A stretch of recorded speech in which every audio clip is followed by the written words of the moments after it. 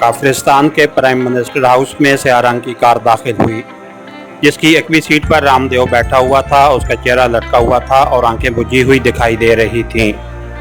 Car एक कोने में बनी हुई पार्किंग में जाकर रुक गई तो रामदेव कार से नीचे उतरा और तेज तेज कदम उठाता एक दरवाजे की तरफ बढ़ता चला गया।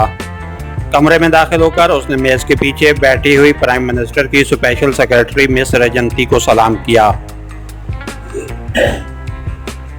तशरीफ रखें सर।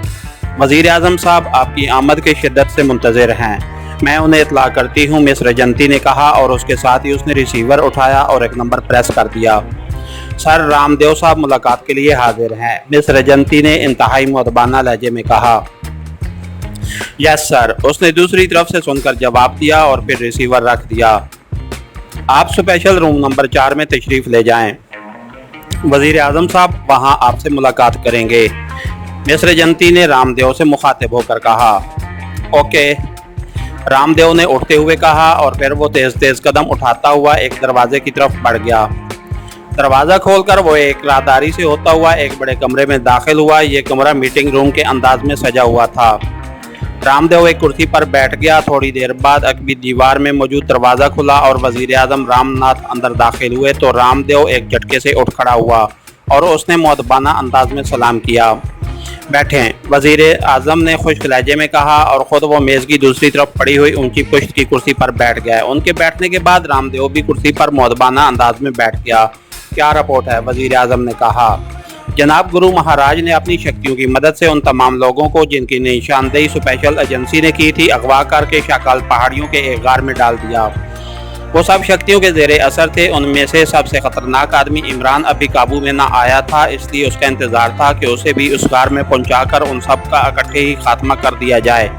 लेकिन फिर अचानक ये सब लोग उस गार से गायब हो गए और बाद में मालूम हुआ कि चार्टर्ड तैयारे के ज़रिए वो पाक एशिया पहुँच गए हैं और उसके साथ ही 2 रोज़ के अंदर पाक एशिया में स्पेशल एजेंसी के तमाम आदमियों को हलाक कर दिया गया है। मैंने गुरु महाराज से रब्ता किया तो उन्होंने बताया कि वो कोई कदीम दौर के शाम जादू पर काम कर रहे हैं। जब काम मुकम्मल हो जाएगा तो फिर ये चंद लोग तो क्या पूरे पाक एशिया के मुसलमानों का खात्मा कर दिया जाएगा। मैंने उन्हें बताया कि ये काम फौरी तौर पर होना चाहिए क्योंकि हमारा मिशन मुकम्मल होना है, लेकिन उन्होंने उल्टा मुझे डांट दिया। रामदेव ने मुअद्दबाना लहजे में जवाब देते हुए कहा, वेरी बैड। इसका मतलब है कि जो कुछ हम चाहते थे वो नहीं हो सका। अब वो गुरु हैं, उनसे कुछ कहा भी नहीं जा सकता, इसलिए अब यही हो सकता है कि हम एजेंटों को मिशन पर रवाना कर दें। वज़ीर आज़म ने कहा। यस सर, आप इजाज़त दें तो इस मिशन पर स्पेशल एजेंसी काम करे, रामदेव ने कहा। नहीं, स्पेशल एजेंसी उनके सामने आ चुकी है। हम इस मामले में कोई खामी बाकी नहीं रहने देना चाहते। आप अभी खामोश रहेंगे, वज़ीर आज़म ने कहा और उसके साथ ही वो उठकर खड़े हो गए। उनके उठते ही रामदेव भी एक झटके से उठकर खड़ा हो गया। आप जा सकते हैं, वज़ीर आज़म ने कहा तो रामदेव ने सलाम किया और फिर तेज़ी से मुड़कर दरवाजे से बाहर आ गया।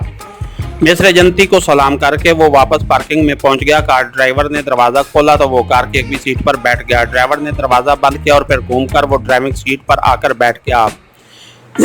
ऑफिसर क्लब चलो, रामदेव ने ड्राइवर से कहा तो ड्राइवर ने इस बात में सर हिलाते हुए कार को मोड़ा और फाटक की तरफ बढ़ गया। रामदेव ने क्लब जाकर पीने पिलाने का सोचा था क्योंकि एक लिहाज से उसका काम खत्म हो गया था। थोड़ी देर बाद कार क्लब में दाखिल हुई और फिर उसके मेन गेट के सामने रुकी तो रामदेव कार से नीचे उतरा और तेज तेज कदम उठाता गेट की तरफ बढ़ गया। गेट पर मौजूद दरबान ने झुककर उससे सलाम किया और शीशे का दरवाज़ा खोल दिया। रामदेव सर हिलाता हुआ अंदर दाखिल हुआ और फिर वो अपने लिए मखसूस कमरे की तरफ बढ़ता चला गया। दरवाज़ा खोलकर वो कमरे में दाखिल हुआ और एक कुर्सी पर बैठकर उसने रिसीवर उठाया और 2 नंबर प्रेस कर दिए। Yes, room service sir.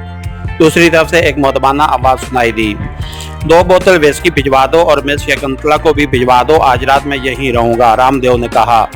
Yes sir, हुक्म की तामील होगी सर, दूसरी तरफ से जवाब दिया गया और उसके साथ ही रामदेव ने रिसीवर रख दिया। चंद लम्हों बाद दरवाजे पर दस्तक की आवाज़ सुनाई दी। यस कम इन, रामदेव ने ऊंची आवाज़ में कहा तो दरवाज़ा खुला और एक लंबे कद और वर्जिशी जिस्म का वेटर एक ट्रे उठाए अंदर दाखिल हुआ। ट्रे में 2 बोतलें और 2 जाम रखे हुए थे। उसने रामदेव को सलाम किया और ट्रे मेज़ पर रखकर उसने बोतलें उठाकर मेज़ पर रख दी। मिस शकुंतला क्यों नहीं आई? रामदेव ने गुस्सीले लहजे में कहा। वो 1 घंटे बाद आ रही हैं जनाब, आज उनकी छुट्टी थी। उन्हें खसूसी तौर पर उनकी रहशगाह पर फ़ोन करके बुलवाया गया है, वेटर ने सीधे होते हुए कहा। ओके, रामदेव ने इत्मीनान भरे लहजे में कहा, लेकिन दूसरे लम्हे वेटर का हाथ बिजली की सी तेज़ी से घूमा और रामदेव चीखता हुआ उछलकर कुर्सी समेत नीचे जा गिरा। उसे यूं महसूस हुआ था जैसे उसकी गर्दन पर किसी ने तलवार से ज़रब लगाई हो। नीचे गिरकर उसने उठने की कोशिश की, लेकिन दूसरे लम्हे उसकी कनपट्टी पर जोरदार ज़रब लगी और उसके साथ ही अंधेरे उसके ज़हन पर स्याह चादर की तरफ फैलते चले गए। इसके साथ ही हमारी आज के एपिसोड का इख्तिताम हुआ। कहानीकार चैनल को लाइक कीजिए, सब्सक्राइब कीजिए और बेल आइकन को प्रेस कर दीजिए ताकि हर आने वाली नई वीडियो आप तक बर वक्त पहुँच सके। शुक्रिया।